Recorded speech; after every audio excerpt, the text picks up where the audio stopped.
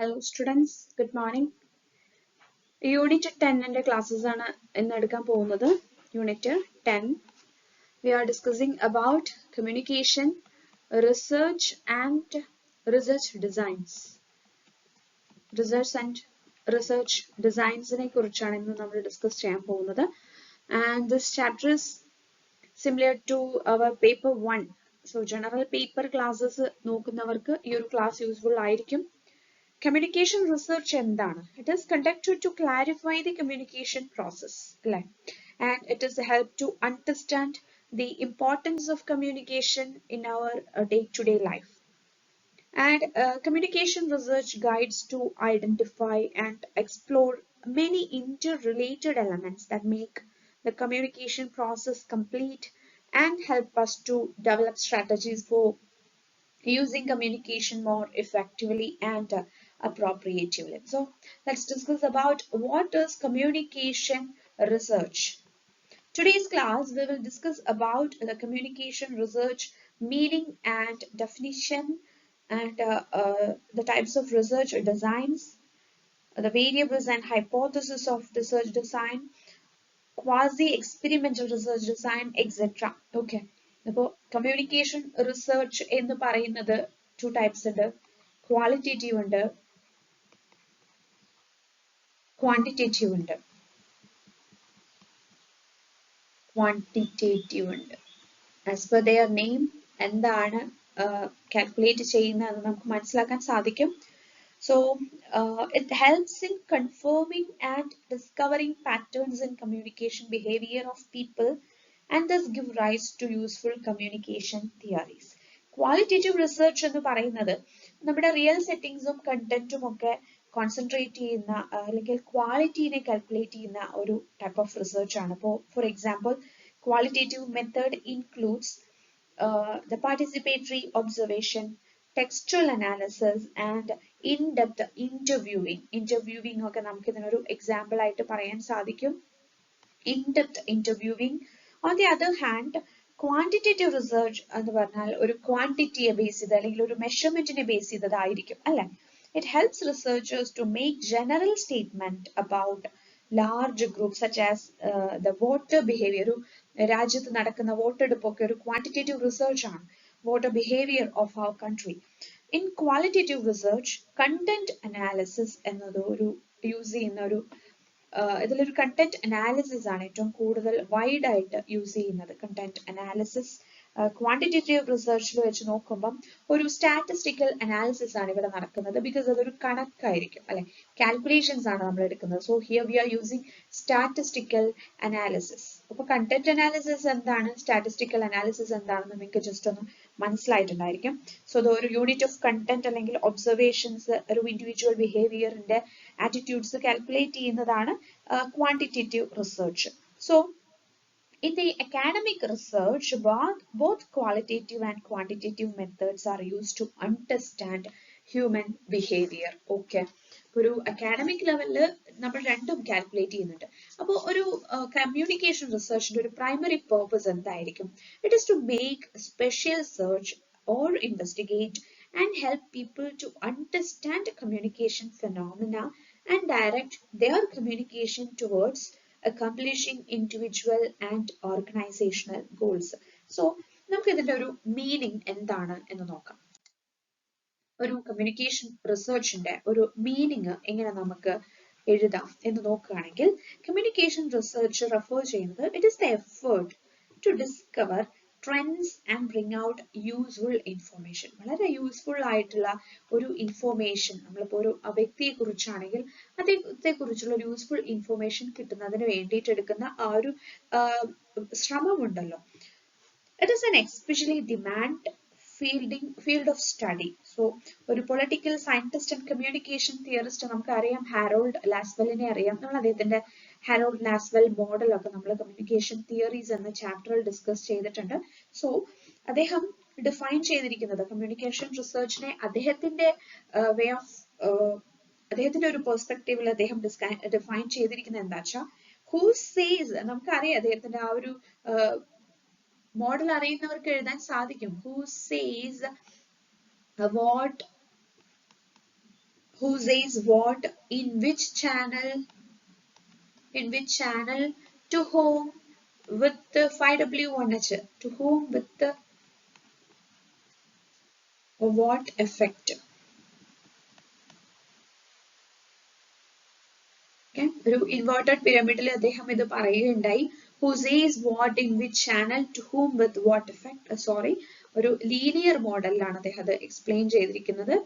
Linear മോഡലാണ്. The answer to this question is the focal point of communication research. Okay, ഈ ഒരു ക്വസ്റ്റ്യന്റെ answer ആയിരിക്കും ഒരു കമ്മ്യൂണിക്കേഷൻ റിസർച്ച് എന്നാണ് ഹാരോൾഡ് ലാസ്വെൽ എക്സ്പ്ലെയിൻ ചെയ്തിരിക്കുന്നത്. So these domains carry familiar names and interpersonal, intercultural, organizational, and mediated communication. Communication itself is not different in one domain or other, but the focal points of interest and sometimes the method of study are different. Communication research is often misunderstood as media research. However, these two are substantially different from each other. Okay, media research ഉം communication research ഉം തമ്മിൽ നല്ല difference ഉണ്ട്. അപ്പോൾ എന്താണ് communication research ന്റെ ഒരു concept എന്താണ് എന്ന് നമുക്ക് നോക്കാം. The concept of communication research എന്ന് പറഞ്ഞാൽ it undertakes the scientific study of communication process. Being scientific, it is objective. അത് objective ആണ്. It is objective. It is deterministic.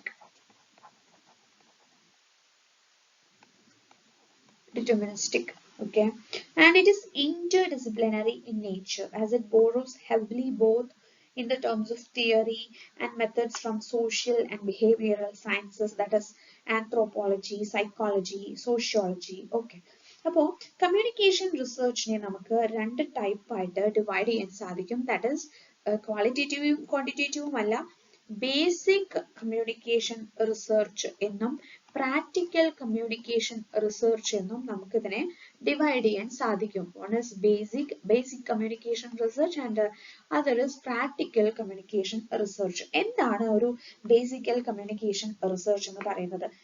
Basic communication research deals with the development of theory. ഇവിടെ ഒരു theory development നടക്കുന്നുണ്ട്. Okay, so the development of theory എന്ന് പറയുന്നത് ഒരു basic ആണ്. Development of theory. Okay, and this type of research is carried out by the communication scholars or the research to develop theories, examine various phenomena, and the relationship between ഒരു people and media ഒരു relationship ഒക്കെ calculate ചെയ്യുന്നത് ഈ ഒരു basic communication റിസർച്ചിലായിരിക്കും. And what is practical? Practical എന്ന് പറയുമ്പം it can be compared. നമ്മൾ ഒരു കമ്പാരിസൺ നടത്തുന്നത് അപ്ലൈഡ് റിസർച്ച് ഒക്കെ ഇതിന്റെ ഭാഗമായിട്ട് സംഭവിക്കുന്നതാണ്. It can be compared with the concept of applied research. Media organizations conduct practical research in an effort to understand what content and services their audiences. നമ്മൾ ചോദ്യങ്ങളൊക്കെ ചോദിച്ച് നടത്തുന്ന ഒന്ന്. That is the practical, and the goal of this type of research is to predict the consumer behavior. Okay, ഒരു audience എന്താണ് expect ചെയ്യുന്നത്, അവർക്ക് എന്താണ് വേണ്ടത് എന്ന് നമുക്ക് മനസ്സിലാക്കിയെടുക്കാൻ സാധിക്കുന്ന ഒരു അപ്രോച്ചാണത്. സോ അവരുടെ ഓഡിയൻസിനെ ഇൻക്രീസ് ചെയ്യുന്ന, ഒരു മീഡിയയുടെ ഓഡിയൻസിനെ ഇൻക്രീസ് ചെയ്യുന്നതിന് വേണ്ടി യൂസ് ചെയ്യുന്ന ഒരു ടൈപ്പ് ഓഫ് റിസർച്ച് ആണ് പ്രാക്ടിക്കൽ റിസർച്ച്. ഇപ്പോൾ ഫോർ എക്സാമ്പിൾ ഫിലിം ഇൻഡസ്ട്രീസ് ഒക്കെ ഒരു they conduct research to determine the popularity of heroes and heroines. Okay, so അത്തരത്തിലുള്ള ഒരു ക്യാമ്പയിൻ ഒക്കെ നടക്കുന്നതിനെയാണ് നമുക്ക് പ്രാക്ടിക്കൽ കമ്മ്യൂണിക്കേഷൻ റിസർച്ച് എന്ന് പറയുന്നത്. ഓക്കെ, അപ്പോൾ ഒരു കമ്മ്യൂണിക്കേഷൻ റിസർച്ച് സൈക്കിൾ എങ്ങനെയായിരിക്കാം എന്ന് നമുക്കൊന്ന് ജസ്റ്റ് വരച്ചു നോക്കാം. ഇതൊരു കമ്മ്യൂണിക്കേഷൻ റിസർച്ച് സൈക്കിൾ ആണ്. സോ കമ്മ്യൂണിക്കേഷൻ റിസർച്ച് സൈക്കിൾ എന്ന് പറയുമ്പോൾ ആദ്യം ഒന്നാമതായിട്ട് എന്തായിരിക്കും ഉണ്ടായിരിക്കുക? ഡിസൈൻ ആൻഡ് കണ്ടക്ട് റിസർച്ച് അല്ലെ. ആദ്യം ഒരു ഡിസൈൻ ചെയ്ത് ആ ഒരു റിസർച്ചിനെ കണ്ടക്ട് ചെയ്യുന്ന പ്രോസസ് ആയിരിക്കും ആദ്യം ഉണ്ടായിരിക്കുക. Design and conduct research. So the first one is design and conduct research. Then new knowledge. Okay, രണ്ടാമത്തെ ന്യൂ നോളജ്, നമുക്ക് അതിൽ നിന്ന് പുതിയ അറിവുകൾ നമുക്ക് കിട്ടുന്നുണ്ട്. New knowledge. And the third one is communication knowledge. Communication knowledge. Okay, communication knowledge. The fourth one is meanings. Meanings, messages, and simples. Okay, meanings, messages, and simples. And the fifth one is reason and experience. Reason and experience. Okay, so this is the communication research cycle. Let's discuss about implications of communication research. Implications of communication research. Okay, implications of communication research. Communication research studies the message behavior which leads to ഞാൻ പറയുന്ന കുറച്ച് important implications ഉണ്ട്. അതൊക്കെ ഏതൊക്കെയായിരിക്കും? Communication researchers consider the effects of the context. Okay, ആ ഒരു situation അവർ consider ചെയ്യുന്നുണ്ട്. They recognise the embedded nature of communication, where different social rules apply in different environments, and communication research must select particular communication variables that wish to examine, since they cannot possibly explore all pertinent elements of any communication event. They are aware of multifaceted nature of communication, and ഇതൊരു complex process ആണ്. Communication research എന്ന് പറയുന്ന ഒരു complex process ആണ് by which people manage messages and create messages. Okay, then communication research, it recognize that although verbal and non-verbal messages,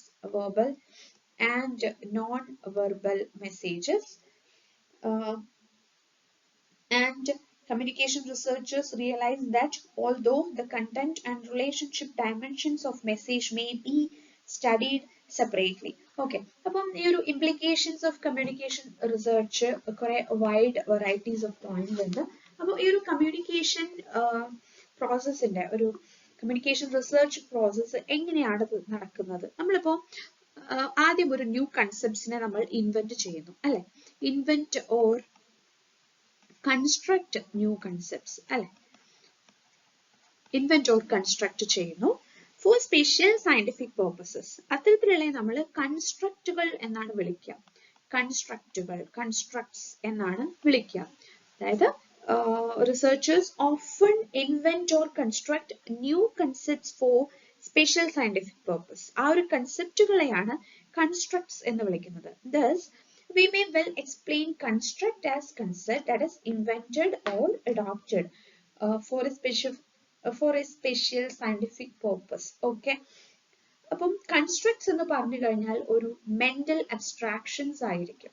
mental abstractions ആണ് constructകൾ that we use to express ideas, people, organizations, events, or things we are interested in. Constructs are a way of bringing theory down to earth. Okay, and constructs are rarely directly observable. They are rarely directly observable. Okay, then they vary significantly in their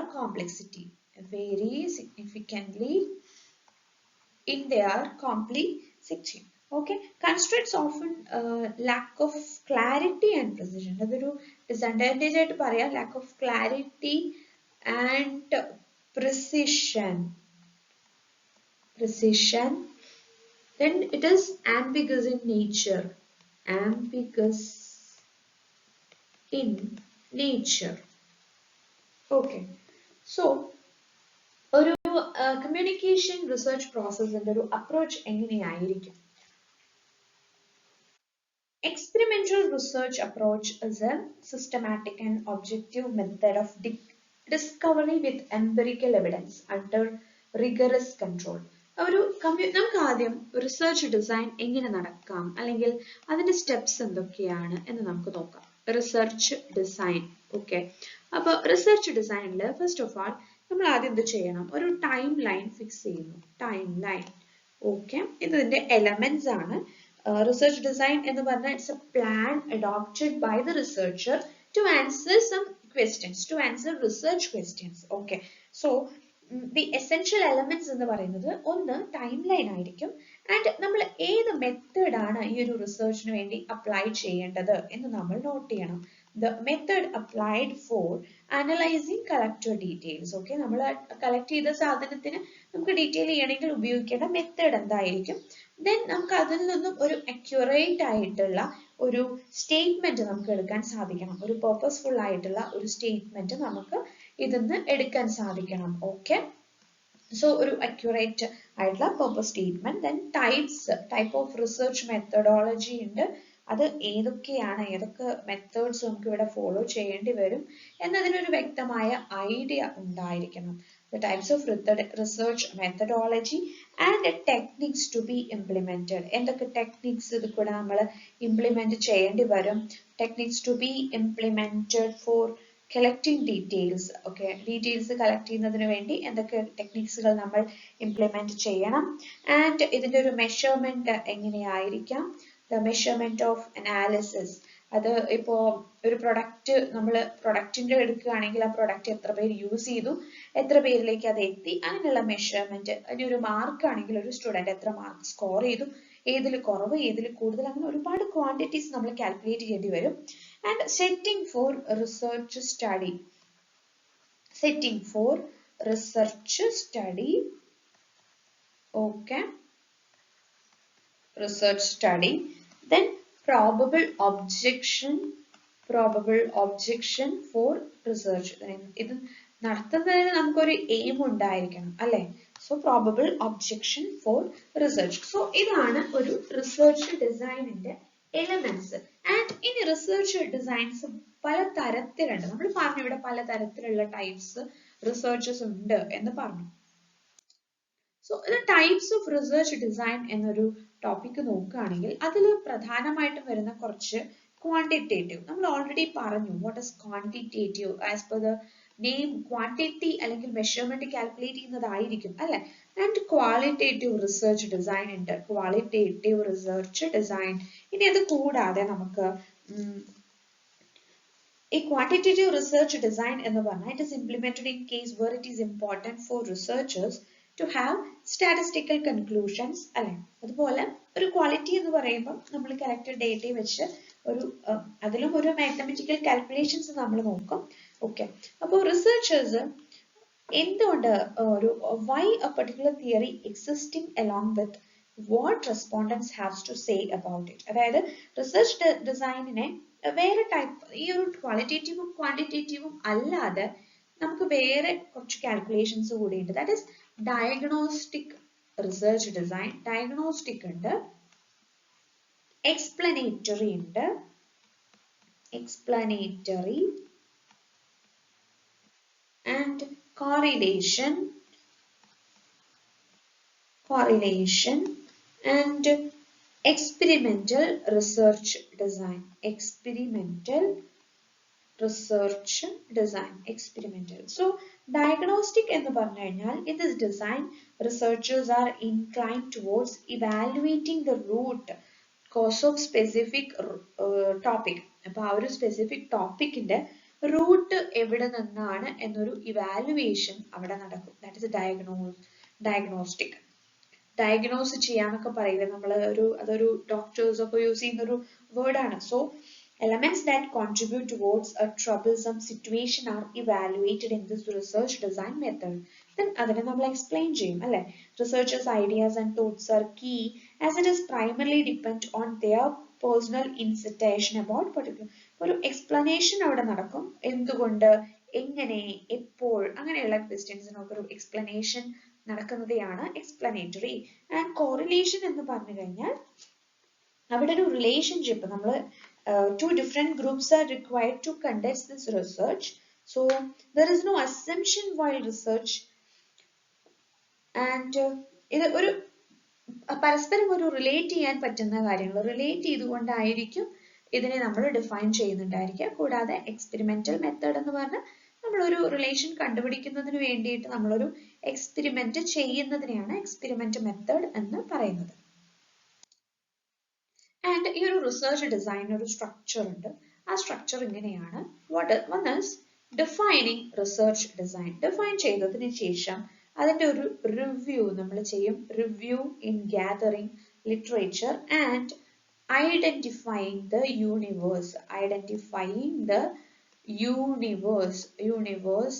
and unit of study, then formulating hypothesis പറഞ്ഞാൽ നമ്മളൊരു പ്രോബ്ലത്തെ കുറിച്ച് നമ്മൾ തന്നെ സ്വന്തമായി ഒരു ഊഹം create ചെയ്യാണ്. formulating hypothesis and identifying variables. Okay, then after selection of research, ഏതൊക്കെ റിസർച്ച് ത്രൂ ഇത് കൊണ്ടുപോകണം, ഈ ഒരു പ്രോബ്ലം എങ്ങനെ സോൾവ് ചെയ്യണം എന്നതിനുള്ള ഒരു സെലക്ഷൻ പ്രോസസ് അവിടെ നടക്കും. സെലക്ഷൻ ഓഫ് റിസർച്ച്, അതായത് ഏതൊക്കെ ടെക്നിക്സ് ഏതൊക്കെ മെത്തേഡ്സ് ഉപയോഗിക്കണം എന്ന കാര്യം.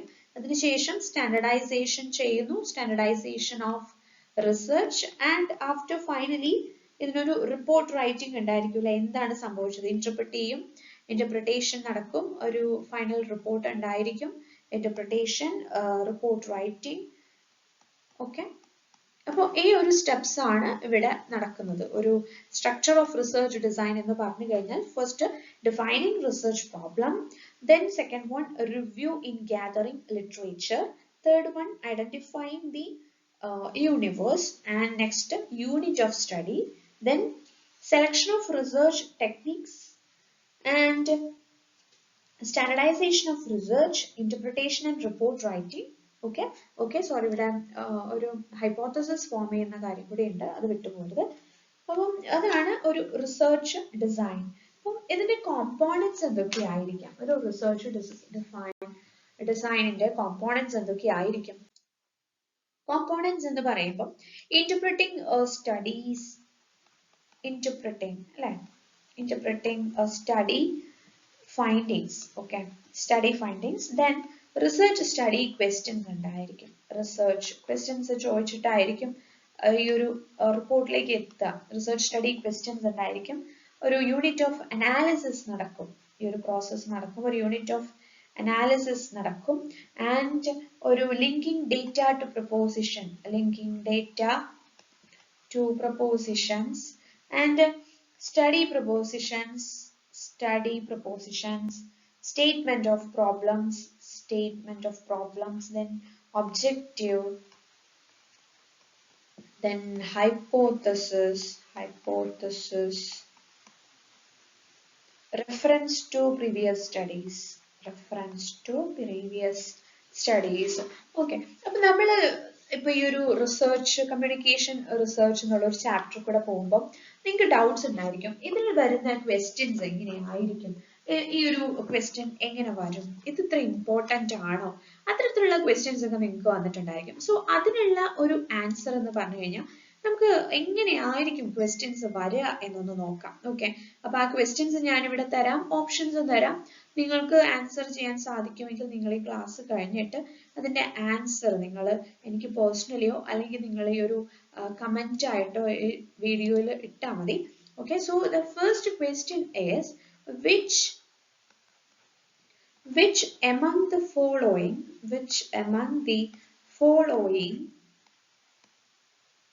the is ആവാം, are the characteristics of research. Okay, ഇതിലൊരു റിസർച്ചിന്റെ ക്യാരക്ടറിസ്റ്റിക്സ് ഏതൊക്കെയാണ് എന്നൊരു ചോദ്യമാണ്. അപ്പൊ ഇത്തരത്തിലുള്ള ഒരു ക്വസ്റ്റ്യൻ ആയിരിക്കും വരിക. അപ്പൊ option A directed towards the solution of problem, Option B, based on noticeable evidence, based on noticeable evidence.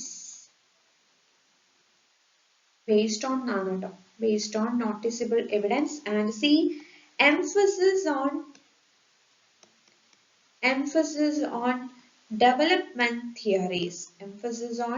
development theories, and option D is none of the above. None of the above. അപ്പോൾ ഇങ്ങനെയുള്ള ഒരു question ആയിരിക്കും വരാം.